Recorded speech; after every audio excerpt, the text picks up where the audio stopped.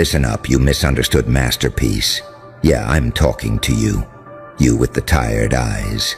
You with the receipts in your phone and the accusations in your name. You with a whole community acting like your existence is some kind of group project they have to destroy. Good. Perfect. Because that means something they don't want to admit. You are a threat, and not the kind they can cancel with a few whispers or a fake "we're just concerned" conversation. No. You're the kind of threat that makes insecure people feel the heat of the Most High shining on you, and they panic. They scramble. They form committees. They start group chats with your name in it. They become experts on your life overnight, all because the Most High put something on you that they can't compete with. Let's talk about that community, yeah. The one that won't stop attacking you. They don't let up. They don't get tired. They don't move on.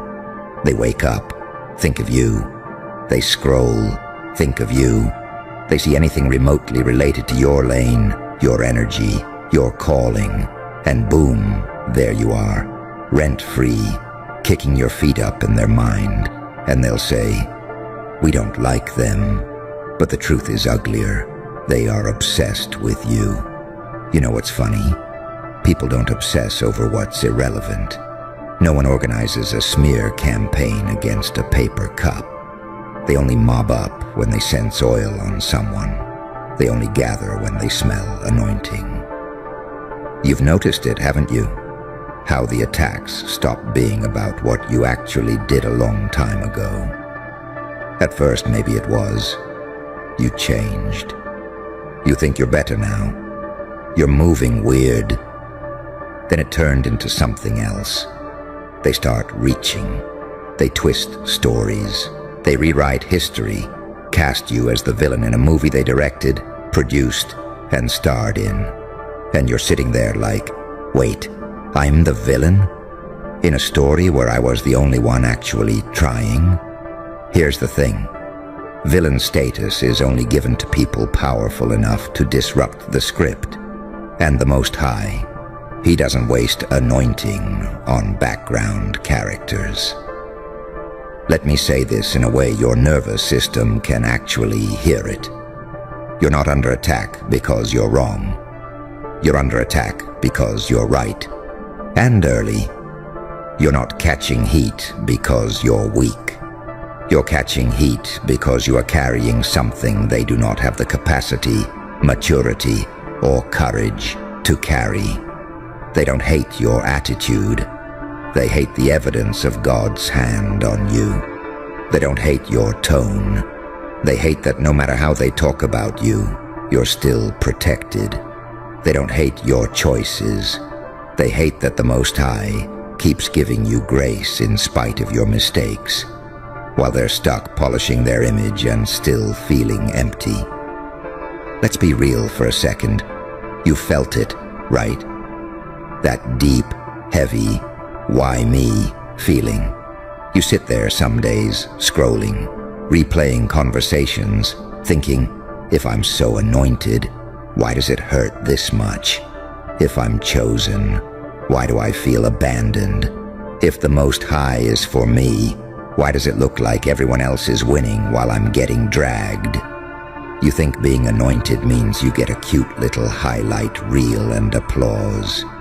No. Being anointed means you become the lesson plan. Your life becomes the classroom where the Most High teaches everyone around you who He is, how He moves, and what happens when people mishandle what He's chosen. And right now, they're in class. They just don't know it yet. Pay attention to the pattern. First they laugh at you, then they question you, then they isolate you, then they attack you, then slowly they start using your language. They start copying your ideas. They start walking in the very direction they mocked you for taking. And they don't apologize. They don't circle back. They just quietly shift, hoping you don't notice. But the Most High noticed. He watched every eye roll, every group chat, every fake pray for them message that was really just gossip with a religious filter on it. Every time they weaponized your vulnerability, every time they called you crazy when you were just waking up, you thought God was silent. He was documenting. Let's zoom in on you for a second, because it's easy to talk about them and skip over what's happening inside you. You're exhausted, not just physically, soul tired. You've questioned your sanity. You've questioned your faith. You've questioned if you're the problem. You've sat there trying to reverse engineer yourself. Maybe if I talk softer. Maybe if I shrink a little more. Maybe if I don't shine so bright. Maybe if I make myself more palatable, more digestible, less. And still, what happens? They come. They still come. They still nitpick. They still twist. They still project. Because it was never about you being too much. It was always about you being too called. Let me tell you something harsh but necessary. If you keep editing yourself to please people who are committed to misunderstanding you, you're not being humble. You're being disobedient. Disobedient to what the Most High put inside you. Disobedient to the mission on your name. Disobedient to the version of you that's supposed to stand up, not keep apologizing for existing. Humility is not you shrinking to make cowards comfortable. Humility is you admitting, yeah, I'm anointed, and I didn't give that to myself. The Most High did. It's not arrogance to recognize the oil on your life. It's arrogance to pretend it's not there just so insecure people can stop feeling triggered. You want to know why that community won't stop attacking you? Here's the punchline, because they can see where you're going before you can. Spirit recognizes spirit, even when the heart is rotten. There's a part of them that can feel your future, and it freaks them out. So they do the only thing frightened, powerless people know how to do. They team up. They point fingers. They create narratives. They mislabel you. They try to assassinate your character since they can't touch your calling. They think they're stopping you. They're actually advertising you. Every attack is a flyer. Every lie is a loudspeaker. Every smear is free promo for the hand of the Most High on your life. You notice how the attacks got worse when you started healing. When you started saying no more often. When you started putting boundaries in place. When you stopped being the compliant little yes person. When you stopped volunteering to be the emotional dumpster. The moment you stopped playing the role they wrote for you and started acting in the role the Most High wrote for you. They panicked. You're not just breaking patterns. You're breaking agreements they made with each other about who you're supposed to be. They agreed without your permission. You're the quiet one. You're the one who takes the blame. You're the one who stays. You're the safe target. And then suddenly, you weren't. You started speaking up. You started distancing yourself. You started leveling up. You started listening to that whisper in your spirit instead of their noise. And the community said, "Oh no, we can't have that. Let's talk about the Most High," forcing them to see you're anointed. Because this is where it gets deliciously uncomfortable for them. You know how they tried to block opportunities for you, tried to poison people against you before they even met you, tried to make you unhireable, undateable, unsupported, unwelcome. They thought if they could control the narrative, they could control your future. But the Most High doesn't need their approval to bless you. He doesn't need their platforms to promote you. He doesn't need their doors to open anything for you. So what happens? They start seeing you walk into rooms they swore you'd never access. They see you connecting with people they tried to keep you away from. They see your name in spaces where they never even got an invitation, and they're confused, bewildered, angry even. How did they get there? Who put them on? The Most High did. This is how he forces them to see your anointing. He blesses you publicly in the same areas they tried to bury you privately. The ones who said no one will ever believe them end up watching people line up to support you. The ones who said they'll never be anything without us end up watching you build something bigger than anything they've ever touched. The ones who said, watch, they're gonna fall off, end up having to squint at your glow-up from the distance, pretending they don't see it. Oh, but they see it. They see you healing. They see you growing. They see you getting refined. They see you stepping into your calling. They see the Most High backing you in quiet ways and loud ways, opportunities, alignment, insight, peace in the middle of storms that would have killed them. They see all of it. They just don't know how to admit we were wrong about them. People love to say, if God was really with them, they wouldn't go through all that. Wrong. If God wasn't with you, you would have been finished a long time ago. You know, the stuff you've survived that no one knows about. The battles in your head. The nights you didn't want to be here. The losses that hit you back to back until you forgot what winning felt like. You shouldn't even be functioning at this point. You shouldn't even be sane. And yet, here you are, still moving, still thinking, still feeling, still waking up with this little spark inside that says, there's more for me. You think you created that spark? No, that's the Most High breathing into you, regularly, repeatedly, quietly. That's anointing. Let's get practical, because I'm not just here to hype you up. I'm here to recalibrate you. From this moment on, you need to stop treating every attack like a verdict. Start treating it like a signal. They're not attacking you because something's wrong with you. They're attacking because something is activated in you. The more the pressure increases, the more you should be asking, what is the Most High trying to draw out of me right now? Is it courage? Is it discernment? Is it a spine? Is it a voice? Is it a standard? The same community that thinks they're discrediting you is actually helping you refine your identity. Every lie they tell about you makes you more committed to walking in truth. Every time they push you away, you lean harder into the one who never left. Every time they slam a door, you learn how to build your own. You want to reclaim your power? Here's how. Stop begging for understanding from people who benefit from misunderstanding you. They have invested in the version of you that stays small, confused, apologetic. If you suddenly step into clarity and confidence, they lose their leverage. So yeah, of course they're going to attack.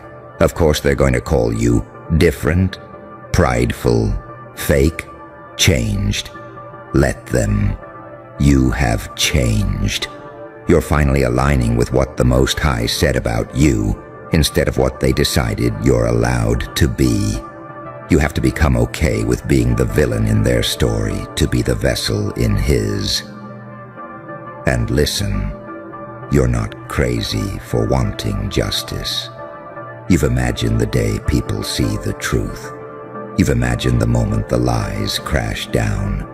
You've imagined them having to sit there and watch the Most High exalt the same person they tried to destroy. You've imagined it because something in your spirit knows there's a reversal coming, not because you're perfect, not because you did everything right, but because your heart stayed softer than your scars. You didn't go cold like you could have. You didn't turn petty like you wanted to. You didn't become them to survive them. That matters. The Most High doesn't just look at what they did to you. He looks at what you refuse to become because of it.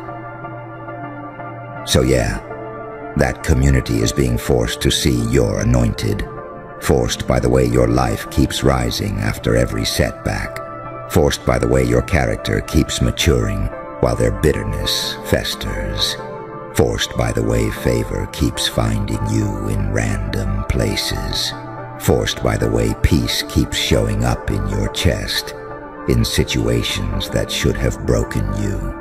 They thought exposure meant your downfall. The Most High is using exposure to show very clearly, this one is mine. I put my hand on them. I carried them through what you tried to bury them in. You will see it. You will not be able to deny it. And some of them, they'll never say it out loud, but they'll feel it.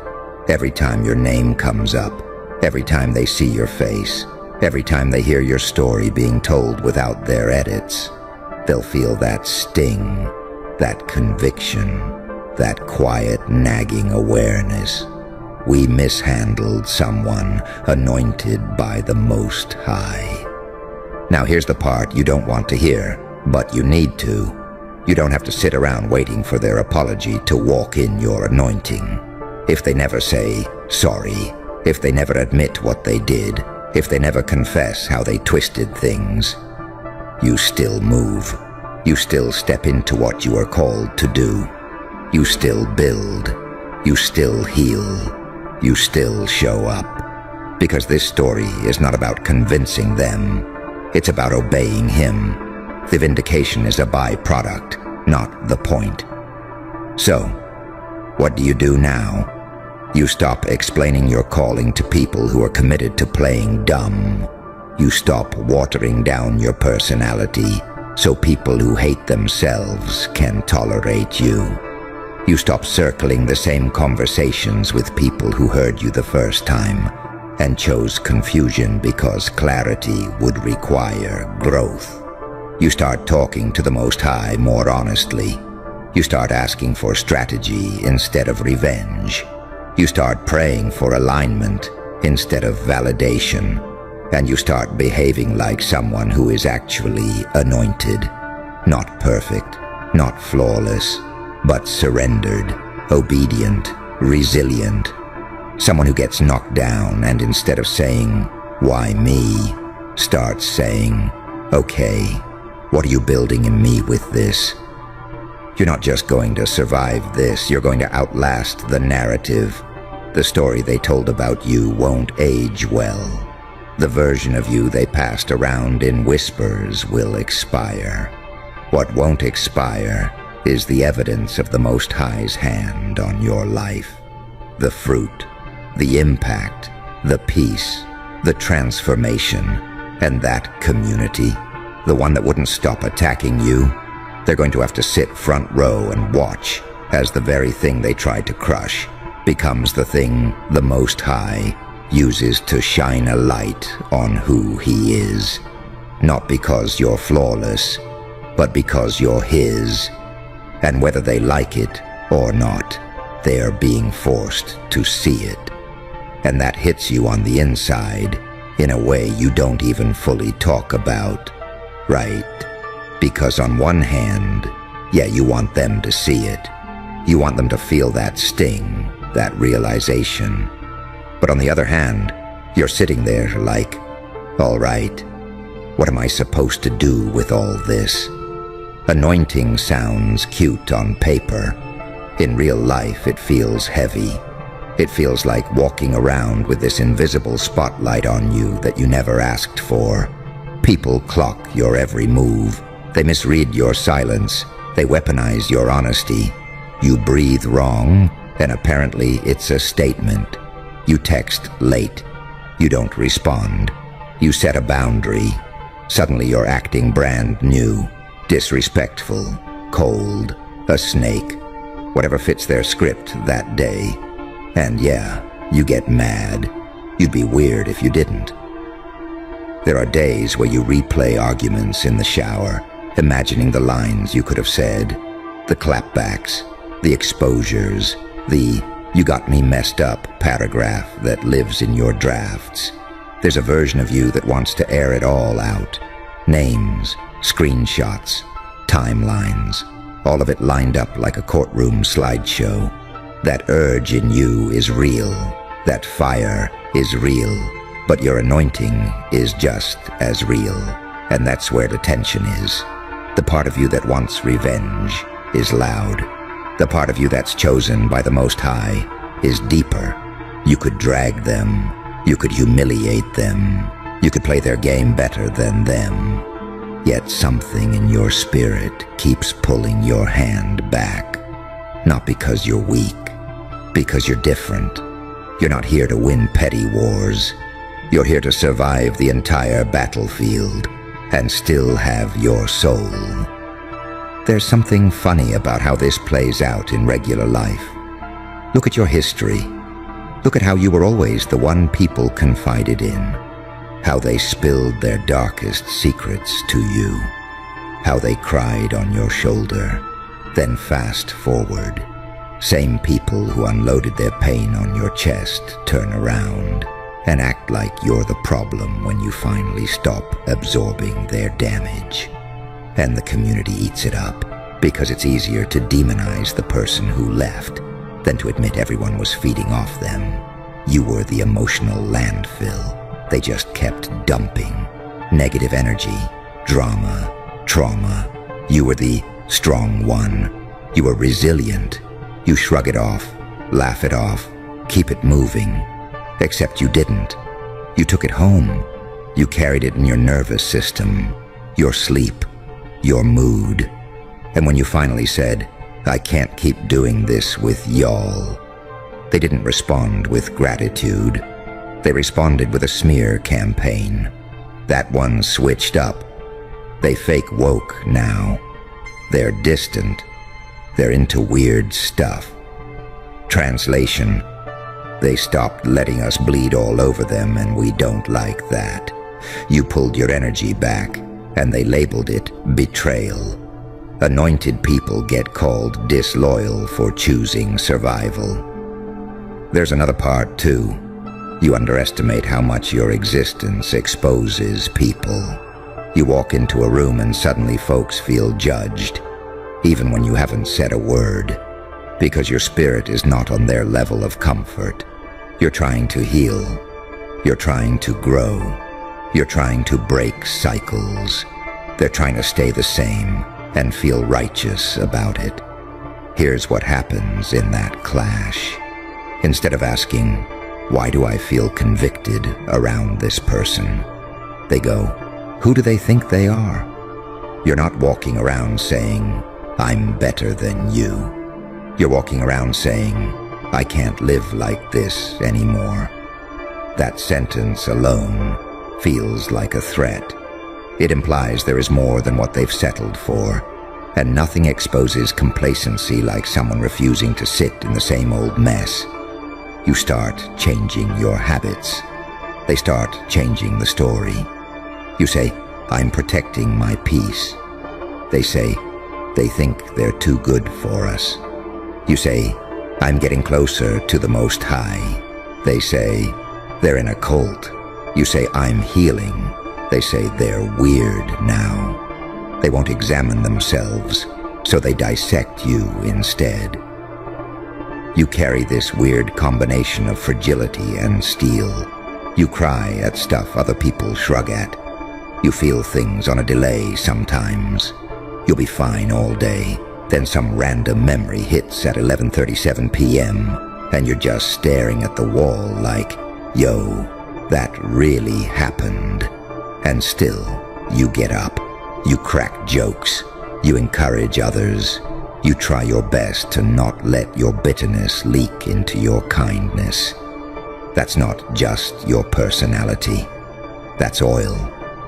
Because after what you've been through, you should have turned ice cold. You should have turned into a ruthless, detached, manipulative shell. You had every reason. Instead, there's still a softness somewhere in you. Scarred, yeah. Guarded, definitely. But not gone. The Most High looks at that. That's what they can't see from the outside. They see attitude. He sees endurance. They see distance. He sees you trying to stop yourself from exploding. They see changed. He sees evolving. Your story was never going to make sense to people who can't imagine anything beyond the group chat mentality. They understand collective bullying. They understand gossip. They understand clicking up. They understand passive-aggressive posts and subtweets. They don't understand spiritual warfare. They don't understand destiny. They don't understand assignment. You keep trying to explain your anointing in language that only makes sense to people who have none. You say, I feel called. They say, called to what? You say, I can't do this like everybody else. They say, you think you're special? You say, I feel like the Most High is pulling me out of something. They say, you're just being dramatic.